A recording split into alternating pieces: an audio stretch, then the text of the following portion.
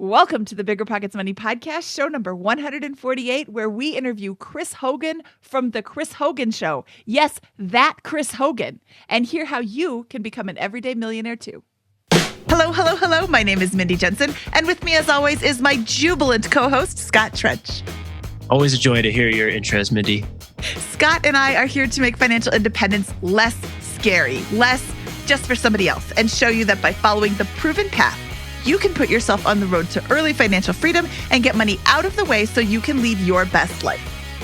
That's right. Whether you want to retire early and travel the world, go on to make big-time investments in assets like real estate, or start your own business, we'll help you build a position capable of launching yourself towards those dreams.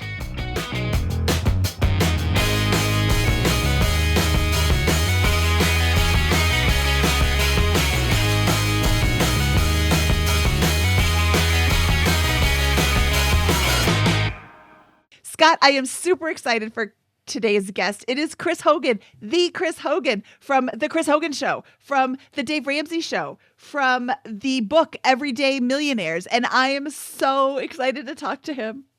Very excited to interview Chris Hogan today. Chris has a very tight-knit and well thought out, robust philosophy around building wealth. You're going to be familiar with some parts of it if you're familiar with Dave Ramsey at all. And look, I know that there's a little bit of controversy within the FIRE community about whether, some of the debt-free approaches that are espoused by the Dave Ramsey community and Chris Hogan. But I think, frankly, that if you're not willing to listen and learn from these guys' very thorough, well-designed, well-thought-out philosophy around wealth building and finance, that you're missing out. And I think it's an absolute privilege to have Chris here today and learn from him. And I admire the results of their program that they've achieved for so many millions of people. You really can't argue with their results. And like I say, every episode, personal finance is personal. This is an example of living your financial life without any debt. Here's how to get out of debt. Here's how to start building wealth. And, like I said before, personal finance is personal. And this is his personal take. He does not like debt. There are a lot of people listening who also don't like debt. Frankly, I don't like debt. I don't love that I have a mortgage, but I choose to have a mortgage so that I can use that money in a different way. Because like he says a little bit later in the show, money is a tool. I use the tool in a different way that he does. It doesn't mean my approach is less valid than his. It doesn't mean that his approach is less valid than mine. They're just different approaches. Chris Hogan from The Chris Hogan Show. Welcome to the BiggerPockets Money Podcast. I'm so excited to have you today. Well, thank you. Thank you. It's a pleasure to be with you all. We have actually met before. I'm sure you remember. We were at FinCon together with 2,000 other people. So, well, it's good to see you again. Yeah. I'm sure you remember. So, Chris, you have a book called Everyday Millionaires, which is where you conducted a study of over 10,000 millionaires to figure out how they became a millionaire. And what I really identified with in this book is that it isn't winning the lottery or getting generational wealth, inheriting your money. It's making it yourself, doing it yourself, investing it yourself, and growing it yourself. How does somebody start when they have come from a place where they don't know anything about money? That's a great question. And I think the first thing you have to do, the start point, is to believe that it's possible for you. And I say that because if you don't believe you can, you won't. And so the mindset around it and understanding, the reason we did the largest study of millionaires ever done before was to really break down a lot of myths, to be able to help people see it and understand it so they can then choose to believe that they can. Then the next step is grow your knowledge about money. How does this stuff work? What are the things you need to do? And then the third aspect of it is taking action. And so really, to sum it all up in one word, how does someone start? Intentionally, very intentionally. Yes, I love that. I love that. One of the big questions that we get a lot from people who listen to the show is that they listen, but their spouse doesn't. They're on board, but their spouse is not. How do you get somebody on board who feels, the whole thing about, we have to fix our finances, we have to get out of debt. That, when I am not ready to hear that, that tells me I have to cut out everything that's enjoyable in my life. Yeah. I have to stop doing anything fun and just buckle down and have a horrible, horrible life. So, and it's just not true. I think the first place to start, as I've advised people, is start from the heart. And what I mean is don't jump off into a litany of things that we're going to do. Don't jump off into a whole lot of things that need to be stopped being done, but start with the heart. And what I mean is ask people about their dreams and goals for themselves. And if you have kids, start talking about your dreams and goals for your kids. See, I think the best place to start are on things that unify you, not things that divide you. And so ask questions of your spouse about their dream. And we're not judging it in this conversation. I just want you to hear it. And I want you to hear it not through your ears, but through your heart. What does it sound like? Does it sound like encouragement? Does it sound like excitement? And then ask questions to get them to open up. You see, we naturally ask questions that are closed in. Those questions where you say yes or no. I want people to start to learn how to ask questions that are open-ended, that get people to say more and talk more about what they're feeling. So I think starting with the dream is the best place to start. What do you think are some of the emotions that millionaires feel around money, besides other than believing it's possible? What do you think that why is, or that dream? Is there a unifying, vision that these folks have? Well, so many of them are so intentional, not just with their money, because they're intentional about their goals and their life.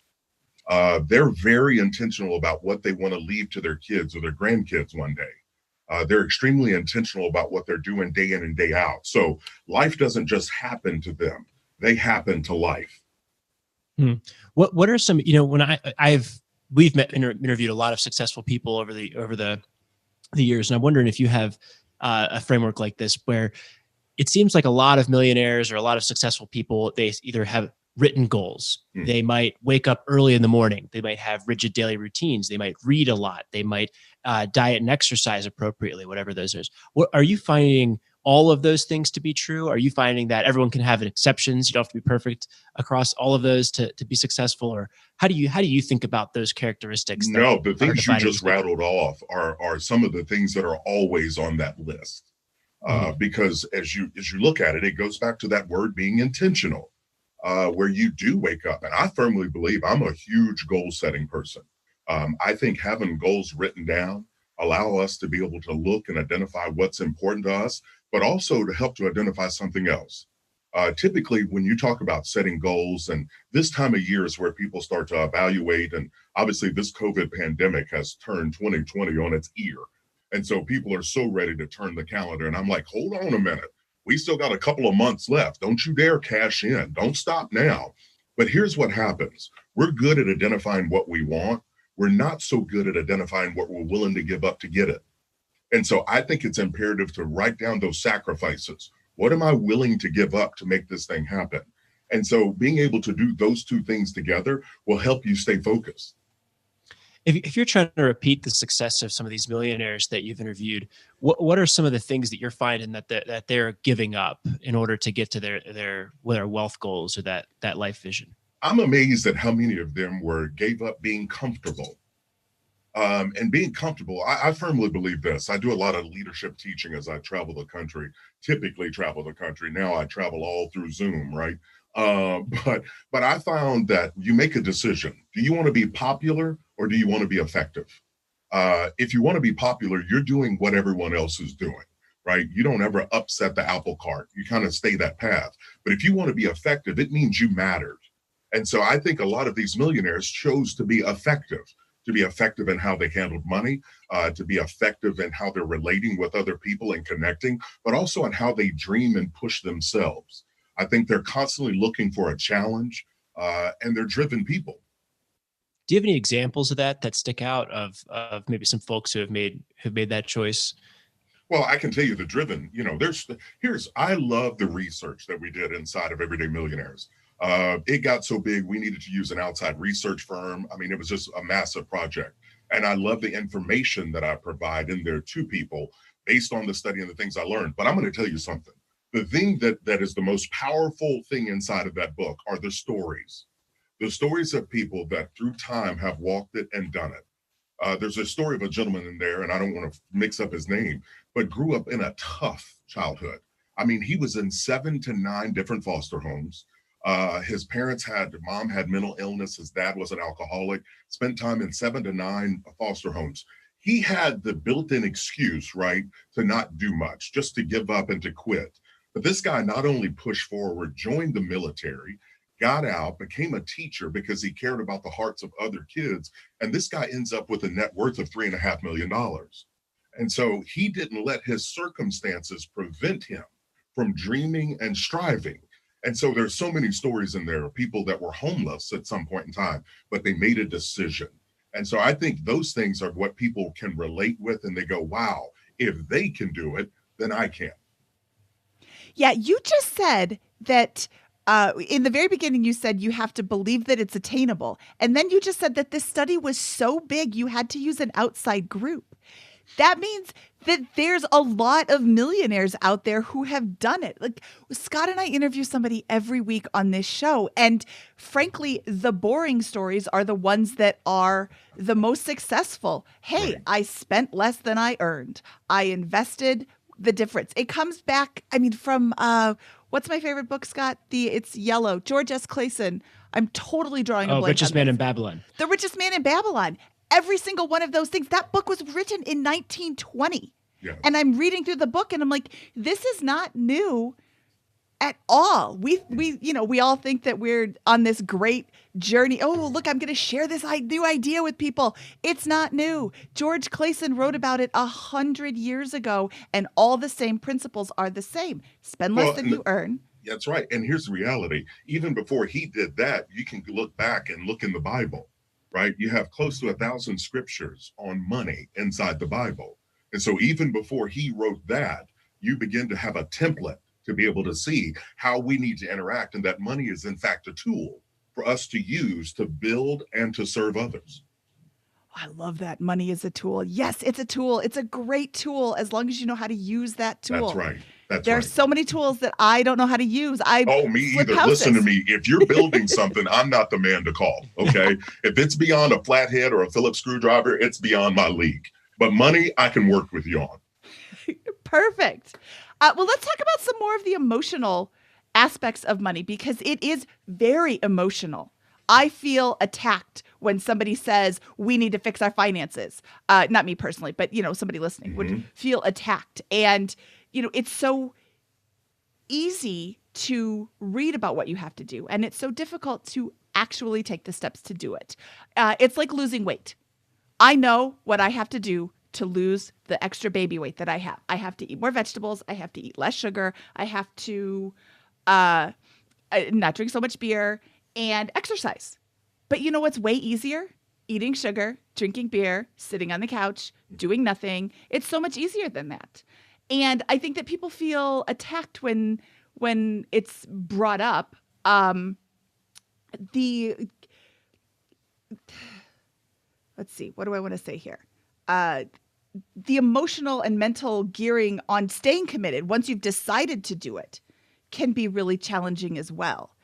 I'm on the path to financial independence. I'm on the path to paying off debt. I'm on whatever my path is. Dave Ramsey, maybe you've heard of him, has these things called the baby steps. And the debt snowball is huge. Is that the first baby step? I can't remember. Anyway, the debt's everybody listening. Yeah, baby step 1 is getting $1,000 in place just so you can break the habit of using debt.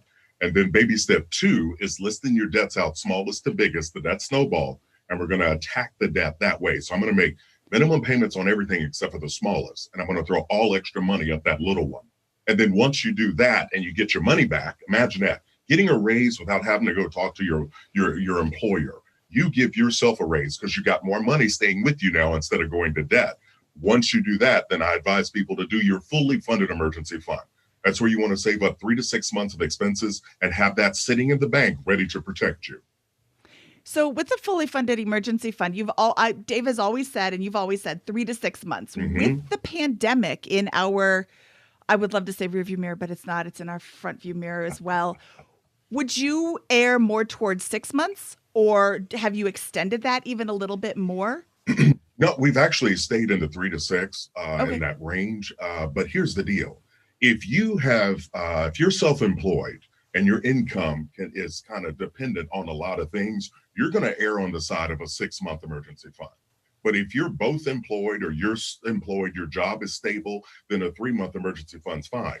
What I told people throughout the COVID pandemic was if your hours were reduced or you lost income or anything was scaled back, you wanted to go into what I was calling conserve mode.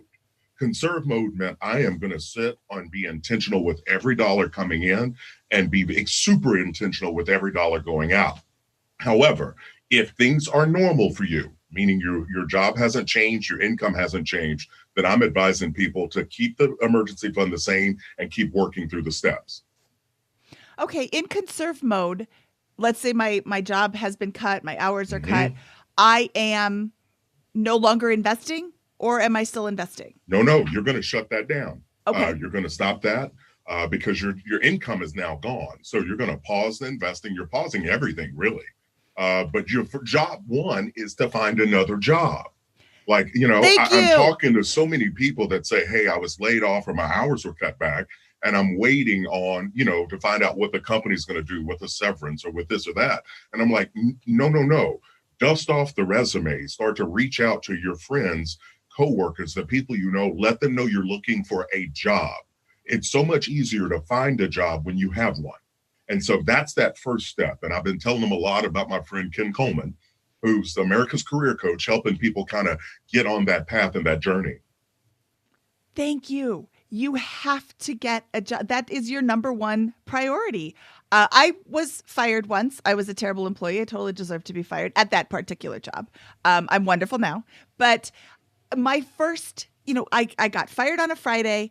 I went home. I had my little pity party over the weekend. And then Monday, I cranked out my resume. I submitted it to every single thing that I wanted to work at, every single job that I felt was even remotely interesting. And this is something, I don't have the statistics, of course, on hand, but women will not apply to a job unless they feel like they meet every criteria or 90% of the criteria, something like that. Whereas men will apply to a job if they are meeting like 60% of the criteria or something. And I'm totally pulling those numbers out of my nose, but it's very different. And my thought was, look, they're not going to call me up and ask me if I'm looking for a job.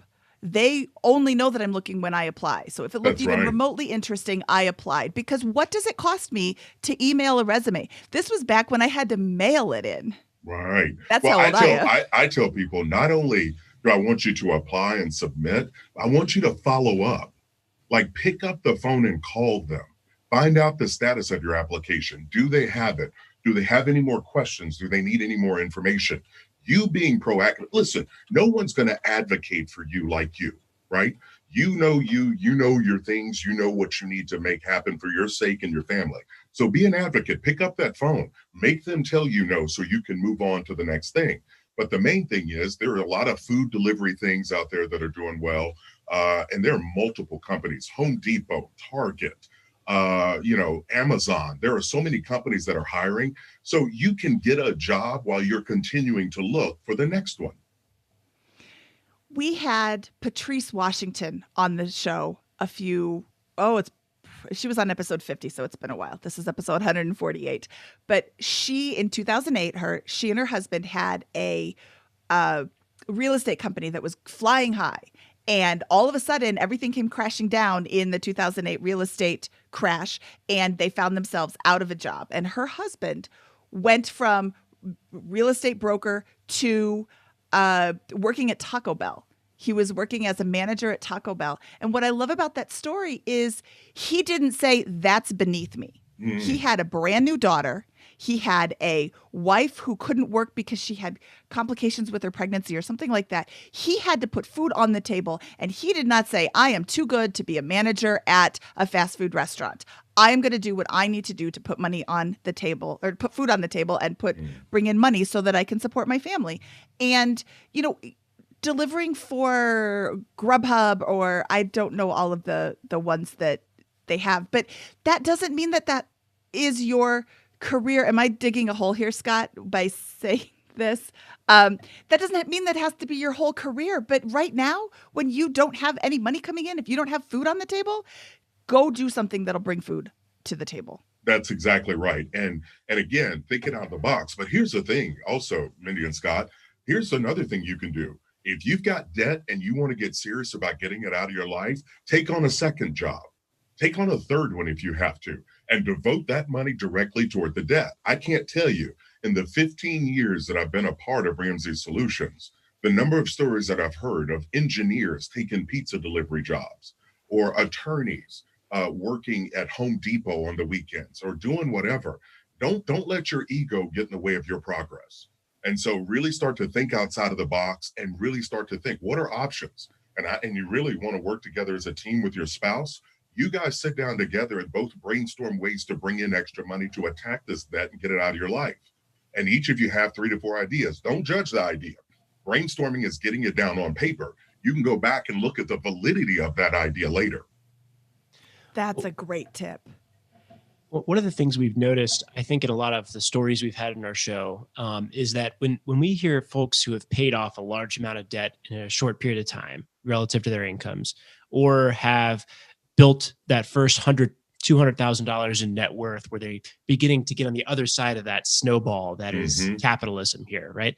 That there's this period of a grind where they're doing kind of what you just described, working that second job even, or working crazy hours, spending very little, those types of things.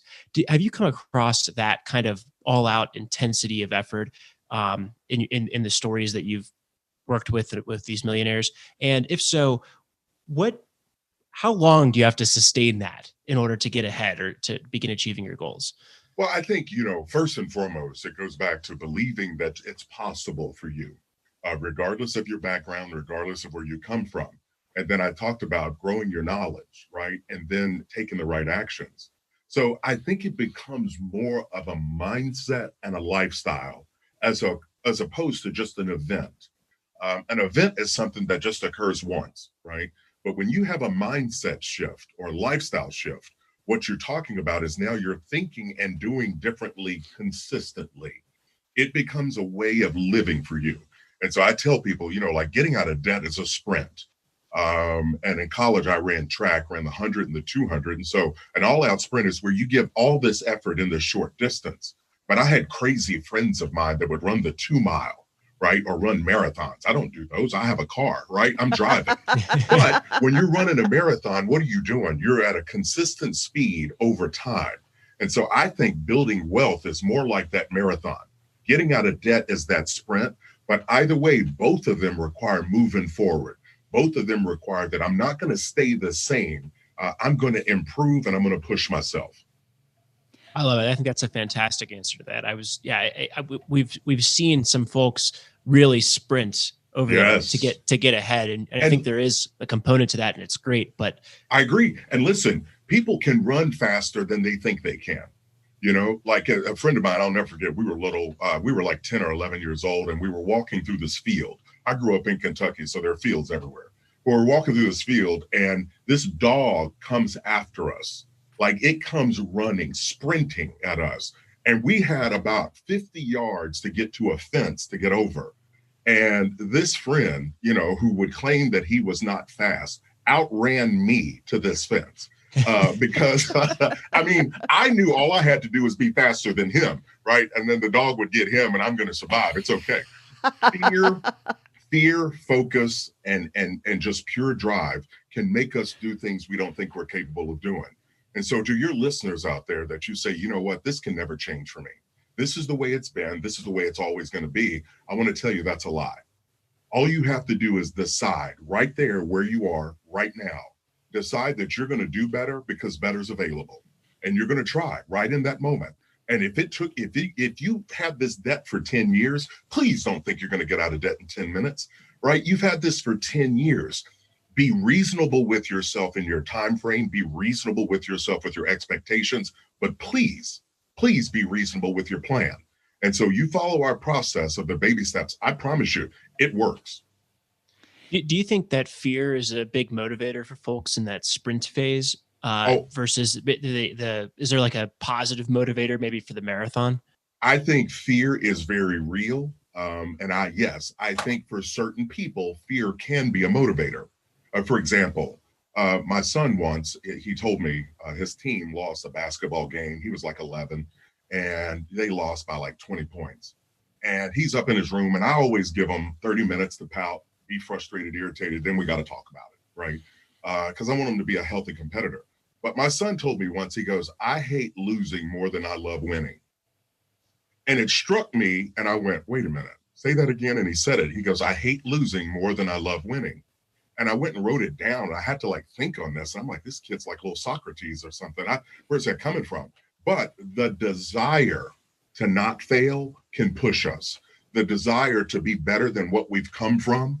There are several stories in my book, Everyday Millionaire, of people that made decisions at 9, 10, and 11 years old that they were going to be different, that there wasn't going to be this fear of not having food. There wasn't going to be this fear of not being able to have some nice things. And so there's something to be said about making that decision. And I think it's a mind switch. I think it's a way of looking at things totally different. And it's also about the internal drive. So fear can motivate us in a positive way, but you don't want to let fear take control. Like, you don't want to become obsessive compulsive about it. You want to have a healthy view. That's exactly how my husband was motivated to be better with finances. His father was an electrician in Chicago. And when you're a union electrician, you have a lot of work in the summer, and then you get laid off in the winter because it's cold outside and there's nobody doing any business building in the winter. So every year was the same thing. And he's like, why is this such a cycle? Why are we always worried about this? You know, it's feast or famine all the time, every single year. Like, you should be able to predict this. And that's right. And you know, it's back to mindset, like you said. Well, and it's also a matter of looking at the situation.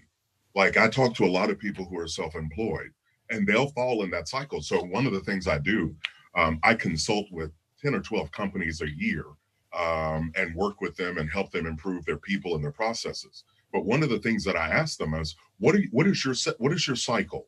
Like, what's the downtime in the company where revenue goes down or profits aren't as high? And what I'm identifying is, they can always tell me, right? They can always say, well, the summertime or the wintertime or this. And I go, okay, so it's not a surprise. Like Christmas being in December is not a surprise. It's there every year. So if we know this cycle, what can we do about it? What are some things to start to do to put into place? And this is, to be honest with you, where the emergency fund, I think this year, this COVID situation gave more validation to us talking about the emergency fund more than ever. It's where people started to really wake up and look at it and go, yes, I do need a cushion between life and me. Yes, I do need to make sure I've got money that's sitting there, not invested, but an emergency fund that's ready to protect me in down times.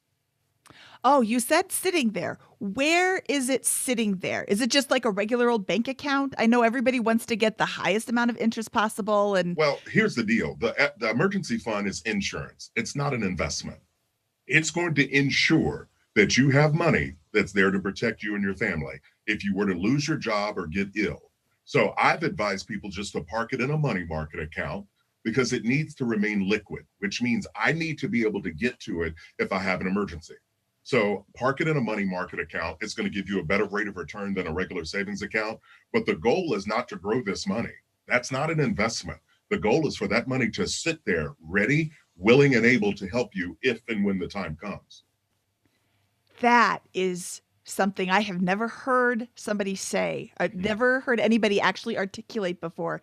That's perfect. Yeah, your emergency, everybody wants to get, the best return. On your emergency fund, it's not an investment. You're not looking for the best return. I love that. It's not an investment. It's insurance. And I think that's also, I appreciate the compliment, but a lot of people have told me that's helped them to see it differently. But here's the thing, as we're talking about this, I have to say this. Once you have that emergency fund in place, if and when you ever have to use it, job number one is to replace it. Okay, don't keep going on with life as normal. So if someone lost their job and they were out of work for 30 days, which there's no reason to be out of work for 30 days. I mean, there's something you can do to bring in income, right? Because we want to protect the emergency fund. So if I get money coming in, it means I don't have to use my emergency fund. But if you had to use that for 30 days, once you get your income stabilized, job one is to replace that amount in your emergency fund. So you always want to be at 3 or 6 months at all times. So I've got a question here that I struggle with this when I was starting out on my financial journey. And the reason I struggled was because I was so aggressive. I was sprinting when I started out because I don't know what was necessarily motivated me. Maybe a fear, maybe just a deep desire to become independent in general. But I began saving greater than 50% of my income. And so when you're saving greater than 50% of your income, you're accumulating 1 month of emergency reserve every month. Right. So to me, I didn't value at that time I do now. I have actually a larger than 3 to 6 month emergency reserve, but I didn't value the emergency reserve in a liquid sense the same way that I do now because of my intense savings rate and those types of and getting started out there. Does your advice differ for somebody that is really going completely aggressive and trying to build wealth with no bad debts or those types of things? Well, balance. Like we got to have some balance, which means, yes, it's awesome to be able to have, that's the kind of the thing I disagree with the FIRE movement, right? Yep. Like FIRE movement, they want you to just put all the money, invest it all, don't do anything, like eat a cracker a day or something, and just put it all in there and then rely on credit card miles and points and all this other stuff. Like, listen here, right? We got to live. We got stuff we want to do, and it's okay to do some stuff, and it's okay to be super aggressive, but I want you to kind of check in your spirit how you're feeling. If you're feeling limited, that you can't enjoy stuff, or you're committed to this and you feel trapped by it, that's dangerous, because what's going to happen is you're going to fall off the wagon and you're going to go do some stupid big, like car payment, or, you guys remember the Atkins diet? Yeah. Mindy, you were talking about the diet, so I can bring this up. Remember the Atkins diet? Like I did the Atkins diet for about, I think it was 2 hours, right? Lost my mind. I needed a potato chip, people. I did. I was losing my mind. But I think that's what happens a lot of times when people are hyper-focused. They get so focused and they're running, they don't realize that, man, my gears are running down. And that's like a car. Even a Lamborghini, that's registered at 325 miles an hour or something. You can't redline that engine for so long, right? It'll burn up. The oil, the engine will lock up. I think the same is said for us and how we chase goals. There's a time to sprint, there's a time to really sprint, but then there's also a time to kind of pull back a little bit and go, I need a break, right? My knee's bothering me, I need a break. And the crazy thing is with any kind of exercise, if you don't stop or give your body a break, your body will make you. And I think oftentimes that's what happens with our goals financially. Awesome. When you think about the journey of these millionaires, and we're using our sprint versus marathon analogy, I imagine that the vast majority achieved it mostly through a long marathon over a period of years and consistencies. And I imagine that chunks of that were automated or very regular and sustainable with that. You're right. Absolutely. The number one tool these millionaires said that they used was company retirement plans, 401ks, 403bs, IRAs, and Roth IRAs. And so it wasn't some magic formula. It was consistently investing month after month. Close to 70% of them said that they used an investment professional. So they weren't doing it on their own. They were consistently investing. You're absolutely right. And, there wasn't a magic formula. And here's the crazy thing. A third of the millionaires, remember we talked over 10,000 of them, a third of them never made a 6-figure household income. I want y'all to hear something. I said household income.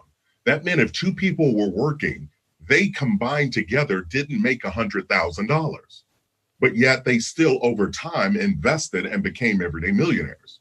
So it's not, like Mindy said in the beginning, it's not about this super high income.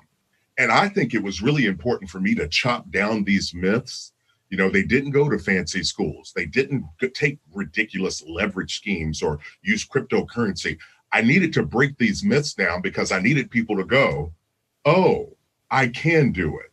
Oh, I don't have to belong into this special club. I can make a decision and walk a path just like these other everyday people. I am going to have you say that again. 1/3 of all the people that you talked to didn't make a 6-figure household income. Correct. So I've been a part of the personal finance space and the FIRE movement community in general for about 7 years. I mean, my whole life. I've been frugal my whole life, but I have watched it kind of evolve from this, you have to do everything super extreme, to, hey, I can allow things to come back into my life and it's okay. And, while still focusing on it. But I think that one of the underrepresented groups in that space is the people who make less than $100,000 a year. Personally, or as a household or whatever, you can still do it. You can still get there. Scott, we had Sarah, the Go Budget girl. She was on the Dave Ramsey show. She did her debt-free scream. Yeah, I saw and that. She paid off $30,000 in debt in 3 years while making $30,000, which to me is an incredibly inspiring story, because she was making basically a living wage and still paying off a ton of debt. You can do this even if you don't make $100,000 a year. You really can. And it's just, again, understanding. And that's why the stories are inside the book. I want people to be able to read, relate, and then go, right? And it's a matter of hearing it. And until we believe, I don't think anything changes. Nothing changes until we start to believe that, A, it's possible or it's worthwhile. I think with both of those, when you believe it's possible and you believe it's worthwhile, that gives us the fuel to continue to push and strive, even when we get tired. So let's look at somebody who has gotten to the point where they've paid off all their debt. How do you continue to be inspired to grow your financial wealth, or your financial wealth? Oh my goodness. How do you continue to be inspired to grow your wealth and not slip back into old habits of, I paid off all my debt, now I can go charge something? Or, because it's super inspiring and motivating to see, I just paid off a whole credit card. I now never have to pay Visa again. And now I can attack my MasterCard, and that one's gone too. And Amex is gone. And I'm getting these wins. But when you're saving money for retirement, it can be less exciting to, oh, wow, 10%. Now my dollar's worth $1.10. Right. I think the big thing is, as far as getting out of debt and making sure you don't go back, as I tell people, is once you pay off that credit card, I want you to shut it down, close it. Don't allow the door to be cracked for that kind of crazy to come back into your life, because debt's just a thief. It steals from your peace of mind. It steals from your income. It also steals from your future, because if you're paying toward debt, you're not investing. But I think the thing that motivates me are my dreams, the stuff that I want to do in retirement. I've got a free tool at my website called the Retire Inspired Quotient, the RIQ. And it's a free tool that helps people understand how much you're going to need to live your dream retirement. But it takes it a step further than that. On the initial, it helps people start to tap into their dream. Like, you've got to know what it is you're chasing. Like, I had rock star grandparents growing up. So I know, for me, without a shadow of a doubt, one of my life goals is to be a rock star grandparent. My boys are younger right now. They're 16, 15, and 14. So I got a long ways to go. But I want to be able to have the time to spend with those grandbabies when they get here. I want life experiences. I want to travel. There are places I want to go see. And so what I'm helping people do is to tap into the dream. Because you're right. Getting out of debt is intense, and it's a short period of time, and you can see the enemy. With building wealth, there's not necessarily an enemy. You're chasing a dream. And so you got to be able to see it. You got to be able to tap into it. And you got to believe that you're worthy of that. And I think when people do that, they can shift from that sprint mentality to more of a marathon lifestyle mentality as they sustain it. Because if you do what we talk about and invest the way that we guide you, you still have money left over to live. And I think that's what helps people to sustain the journey. I've got a question here, moving in a slightly different direction with this. We have a tactic that we really like along the wealth building journey here. And let me set this up for a moment here. When we look at the average American's household spending, right, 50% or 2/3 of that spending is going to be in 3 categories: housing, transportation, and then food consumption. The remaining third is going to have a lot of the things like insurance, entertainment, those types of variable expenses. One of the tricks we like here at BiggerPockets is this concept called house hacking. And what I mean by that is you buy a house, you use a mortgage. For example, my first home was a duplex. I bought a duplex. I moved into one of the units. I rented out the other unit and used that to help the rent from the other unit to cover my mortgage expense and live for free. Have you come across this tactic? What are kind of your reactions or thoughts to a strategy like that in terms of helping jumpstart the wealth building process? Well, I think there are many ways out there to get to our goal. I think, one of the things that I advise people to do, obviously with like homes, is to, at minimum, always a 10% down. I'd love for you to do a 20% down so you avoid PMI, which is private mortgage insurance. That protects the lender, not you, and can add $150 to $500 a month to your payment. So the down payment's crucial. But I tell people a 15-year fixed rate mortgage, that's really the only debt I'm okay with people having. But the process by which to pay that off, here's the deal. I'm all about building wealth. I am not about debt. So I want to hurry up and eliminate debt quickly out of my life. So now my income is working for me. So I think there are many ways to get people to jumpstart and think. I just don't want them taking on leveraged debt schemes, right? And those schemes are things where you're taking on more debt and risk for the appearance of growing wealth later. I'm just an anti-debt guy. I've seen what it does and I don't like it. And so I want people to be really intentional, even about, getting out of credit card debt. But I want you to also attack and pay off that house. Like, I want you to bring your dreams, your goals, your family with you in retirement. I don't want you to bring a mortgage if you can avoid it.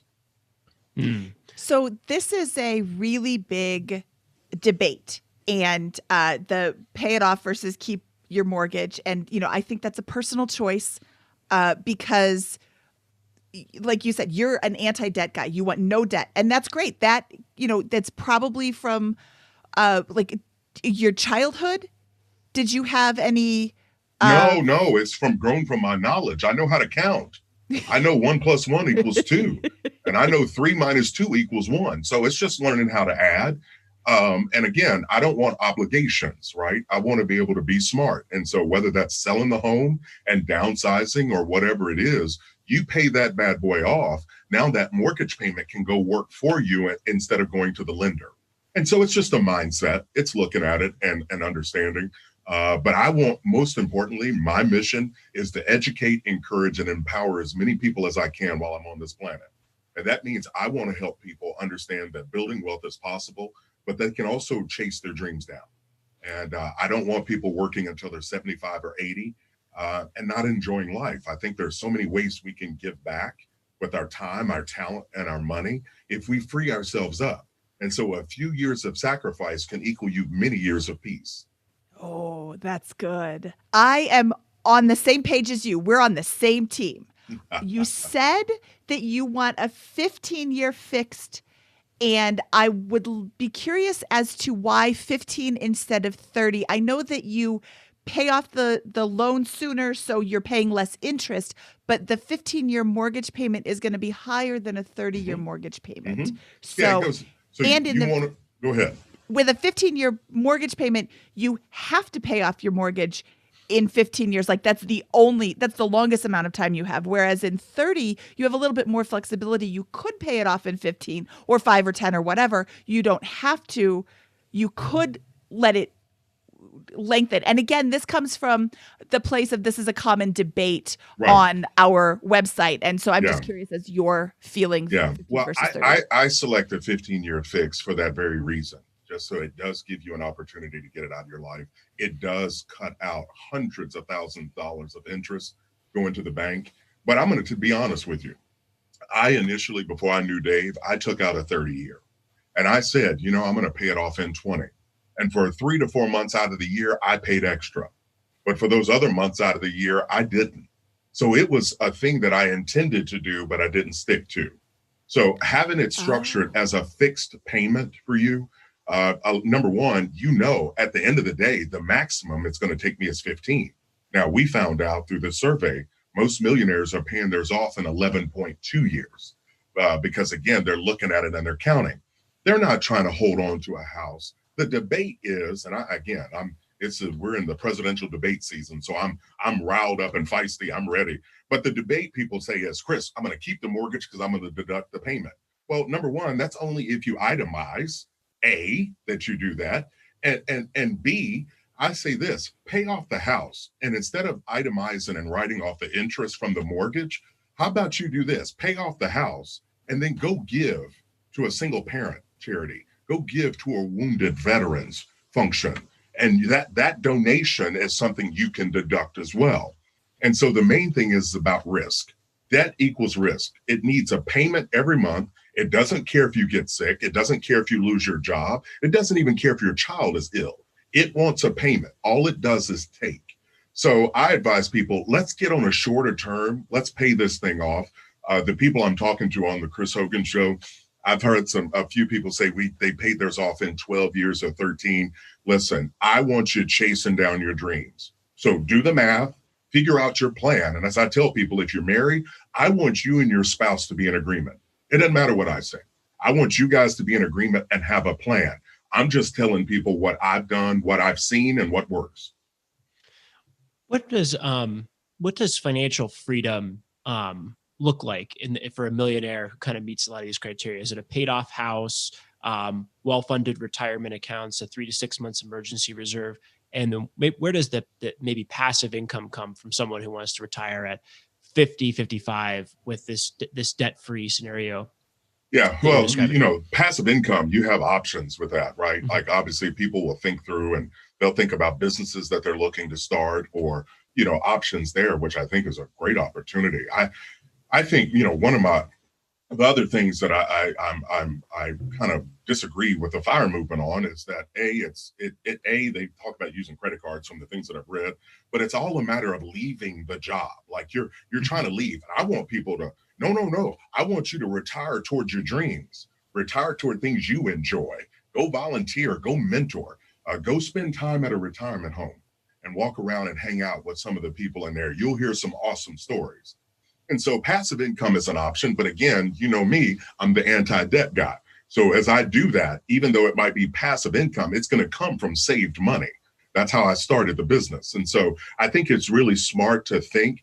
But again, you guys, we got to be aware. There are so many shady people out there and so many shady schemes that we have to always be on guard. Like, don't even get me started on the cryptocurrency thing. I talk about it in the book. Right? Like you're going to give a dollar amount to this thing I can't touch. It's code. I'm like, really? I touch Benjamins, right? I fold them. I put them in my pocket. I can't put code in my pocket. But anyway, I digress. But I think it's one of those understanding what you want, understanding your risk tolerance, but then being aware of, hey, is this a hobby or is this a business? Right? My friend Christy Wright, she teaches women how to start businesses in Business Boutique. And she goes, if it's a hobby, it's just something you enjoy. If it's a business, this thing starts to bring in some money. So I think even though we're striving for passive income, we've got to understand what it is. Can it make money? How much can it make? And when will it start making it? Do you have any would you have any creative examples from some of the millionaires you've studied that are in ways that they're able to do that without any debt whatsoever? Well, a lot of them saved up. Like there was one guy out of Kansas. He and his wife over the years, over a 15-year period, bought close to 3,000 acres of land, right, in Kansas. They were hyper intentional. They pay cash every year and acquire land. And so one of the things that they're doing with this land that they own outright is they're leasing it out to farmers to be able to grow hay or for cattle. And so it's one of those things where, hey, they're paying the property taxes and the insurance on this, but this thing is bringing in so much revenue for them, that he is a farmer and she's a school teacher. And so they can retire whenever they want, right? They got themselves out of debt and they have this money coming in and land isn't going anywhere, like it's one of those things you're always going to have developers potentially calling you, right? Or other farmers or rotating crops. So, farming is one way. Another way, obviously, is starting. There's so many business opportunities out there. Throughout this COVID situation, one of the things that I went back and I looked at in 2007 to 2009, the Great Recession, we had more businesses thought up and created during that time. And so it's crazy what can happen when we look at a situation, but also start to make decisions about, hey, what can I impact? Right? What can I control? And so I think it's good to incubate and think about options. but you need to understand what's the risk, what's my risk tolerance, and when is it going to make money for me? And how much do I need it to make? I think those are all crucial. Yeah, I know two investors locally who both kind of got started the same way in real estate investing. Both did use some leverage to get started, but one decided to aggressively pay down his portfolio of 12, 15 homes and is completely debt-free right now. That's fantastic. The other is working on becoming a billionaire. The problem is, well, it's not because that one guy is working this business. He's in a whole bunch of trouble right now with the pandemic. He's got all these different issues that are going on. And the other guy became ill, but his portfolio is completely paid off and is able to work on that. So two different visions and a departure point, after that first 10 or 12 properties with very similar approaches, different, goals there, different life flexibility and outcomes that come as a part of that. Scott, in spite of the big goal of being a billionaire. Yep. But they also now have different kind of stress levels, right? Yep. And so there are multiple paths to be able to get there.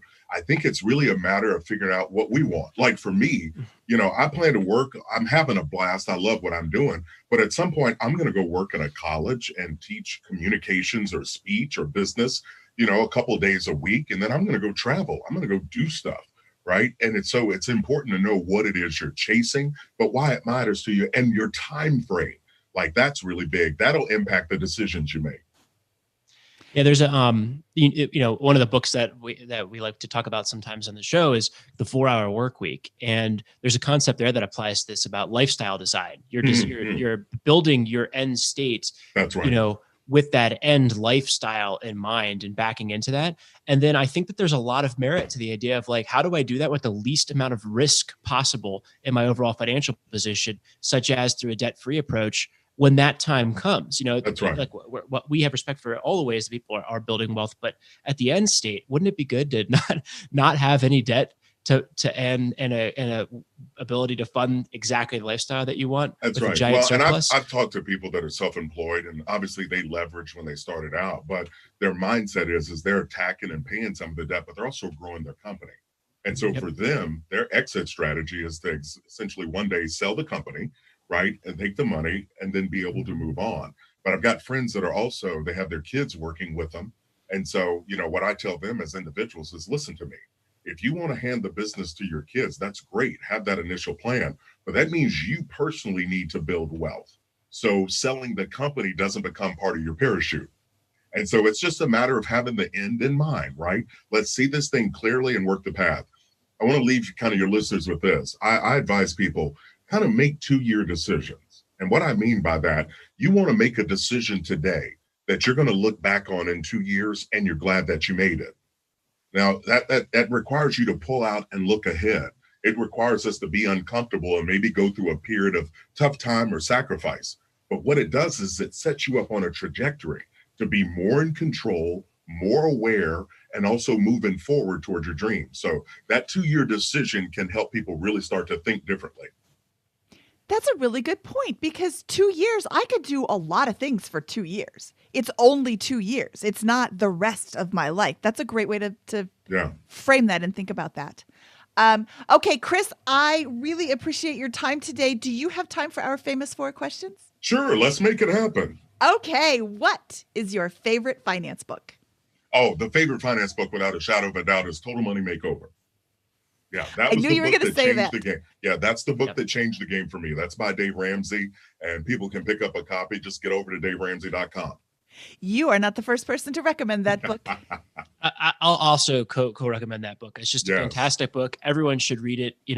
There's certainly some debate in the financial independence community, but that's a fantastic book. I've read it multiple times and find a lot of value every time. So very good. What is your biggest money mistake? Oh my gosh. My biggest money mistake was going to look at an SUV. Okay. Ooh. I went looking, and guess what came home with me? An SUV. An SUV and a payment. It was stupid. And if I could go back and stop me, I wouldn't have gone to look. You know what? Awesome. The car is one of the most frequently answered, frequent answers to that question. Yes. What is your best piece of advice for people who are just starting out? Best piece of advice for people just starting out: start right where you are. Don't try to go back and think you can fix the past, and don't try to hurry up to the future.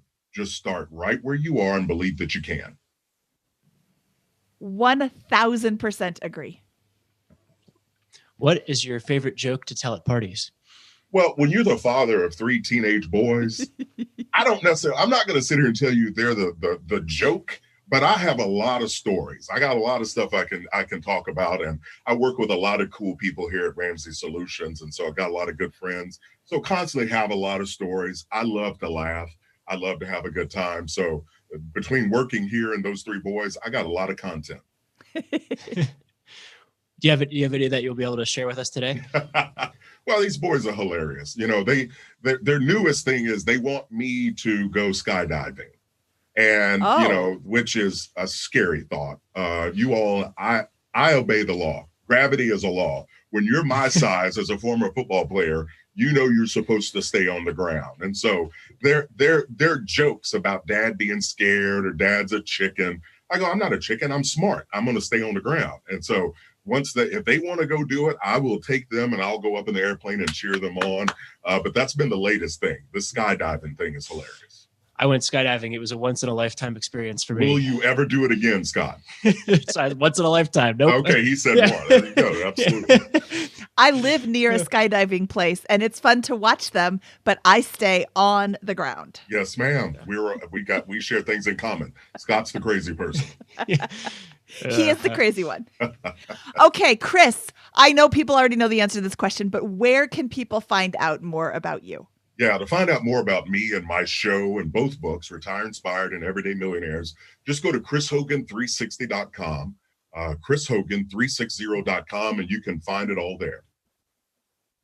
Right. Perfect. And we will link to all of that in the show notes here at biggerpockets.com/moneyshow148 as well. This was fabulous. Chris, thank you so much. Thank you all. Thank you very much. Rest of the week. Okay, you too. Appreciate you. We appreciate you. Bye-bye. Bye now. Bye. Okay, Scott, that was Chris Hogan. What'd you think? I thought it was a great episode. I really learned a lot from him. Man, his voice is so incredible. I always remember it with a jolt about how, wish I could sound like that. I learned a lot from him. Because I'm not interacting with Dave Ramsey content or Chris Hogan content on an everyday basis, sometimes I forget about the why behind a lot of their rationale around no debt, around, the baby steps and those types of things. And when you hear it from them, it's just such a powerful concept and powerful and simple. And again, you said it in the intro, the results that this program has produced speak for themselves in a lot of ways. So I always admire the Dave Ramsey network, including Chris Hogan, and all the other wonderful hosts they have over there, and have learned a lot from their books and their podcasts, and was grateful to have a chance to learn from Chris today. I was super excited to talk to him. He keeps saying things. I'm like, yep, I agree with that. I agree with that. I agree with that. I really don't have much to add to his show because it was so good. He chooses not to have debt. And if you don't want debt either, this show is absolutely reaffirming to you that you don't have to have debt in your life, and you can still become financially independent. You can still retire early if you choose. You can still do all those things without having any debt, even your mortgage. And while he didn't specifically say this, I am encouraged that maybe the idea of house hacking could work under the Dave Ramsey and Chris Hogan model. Maybe it's just a matter of putting 10, 20% down and a 15-year mortgage in order to house hack your way or dramatically accelerate your journey to financial independence, because you're allowing now your tenants to help you even more aggressively pay off that mortgage. So that was a fun one to hear Chris's opinions on that. Yeah, I think house hacking is a perfect complement to their entire strategy. Yes, you probably need to have a mortgage in order to house hack, but when you're not paying any of your own income towards your mortgage, that's just better. I don't know. That's I don't have a good argument. And then I'd imagine I'm extrapolating here. I should have asked this more, but I imagine that the idea would be to pay off your first house hack with it while living in there with the mortgage there, and then repeat the exercise before, if you're going to get any more debt, or save up cash for the next investment as well. So something along those lines probably, but we'll have to bring it back and find out next time. Ooh, that would be great. Okay. The show notes for today's episode can be found at biggerpockets.com/moneyshow148. We would love to know what you thought about this episode. Please share your thoughts at our Facebook group, which is located at facebook.com/groups/BP Scott, should we get out of here? Let's do it. From episode 148, he is Scott Trench and I am Mindy Jensen. And we will see you later, alligator. Because I didn't look anything up. After a while, crocodile. Okay, bye.